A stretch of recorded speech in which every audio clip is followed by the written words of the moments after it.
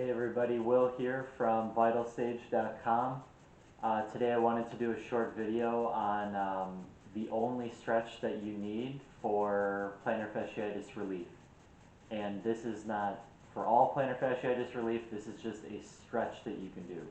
I don't recommend very much stretching, but this is something from Dr. Ray McClanahan, pretty famous podiatrist, who came up with this little stretch that I believe helps. This definitely helps me. I use it pretty often, and it's probably the only effective stretch that I have found when it comes to plantar fasciitis. So what that is, or really to give a little bit of context, I should describe what the problem is. Part of the problem with what we have when we have plantar fasciitis, and that stems from our footwear, as I pretty often talk about. And where the beginning of that problem stems from is going to be the toe spring in the shoe. How you can see that the shoe is not flat, but it comes across and then it lifts our toes up. Obviously our toes like to sit flat on the ground, but in a shoe they get lifted up artificially. So what that does is that makes our toes, and I'll show a little demonstration at the end, but that makes our toes sit unnaturally curled up all the time. And then what that does is the extensor muscles that are on top of the foot, they're just below the toes, but they're on top of the foot, that makes those muscles tight. And those extensor muscles get tight, and then what ends up happening is they stay tight inside or outside of the shoes.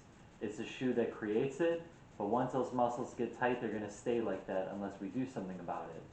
So those get tight, and then they start to pull on our big toe, which is a big controller of our arch muscles. It's a big decider in the functionality and strength of our arch muscles.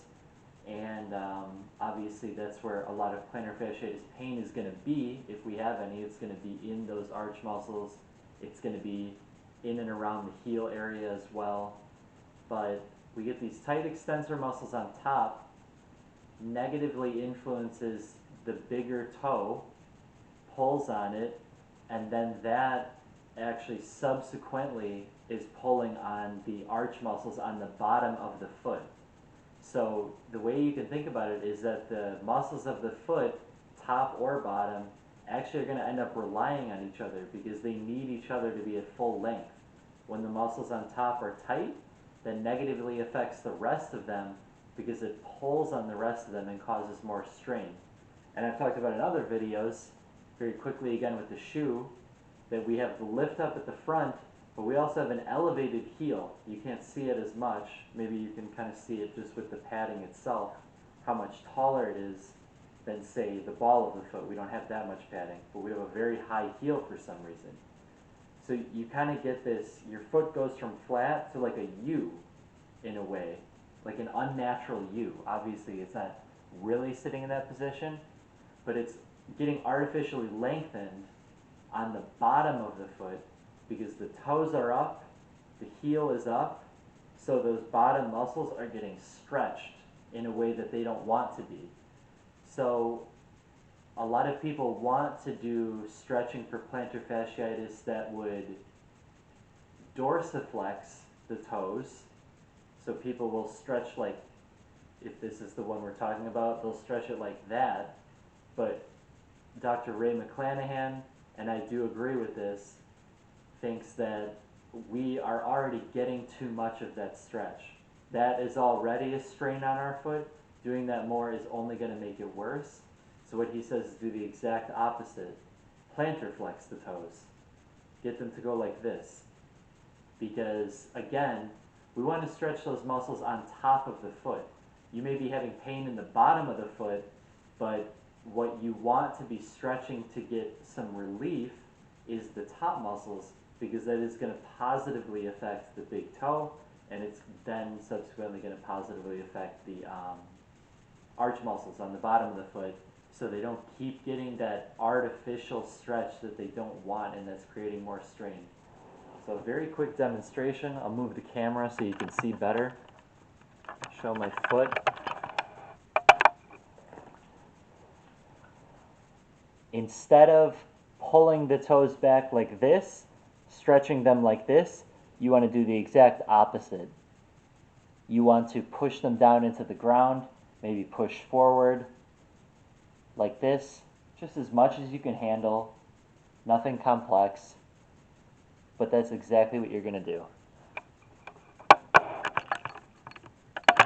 And so, I have a blog post written about this already. It goes into a little bit more depth on how